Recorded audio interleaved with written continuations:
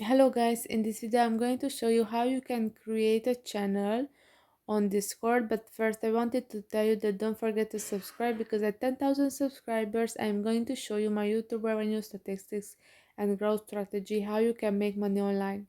So first open your Discord app. After that, by clicking on the plus icon you can create a channel, and you have to select that one is a text channel or a voice channel. You have to type in the channel name, or you can select to be a private channel, and it says that by making a channel private, only selected roles will have access to read or connect to this channel.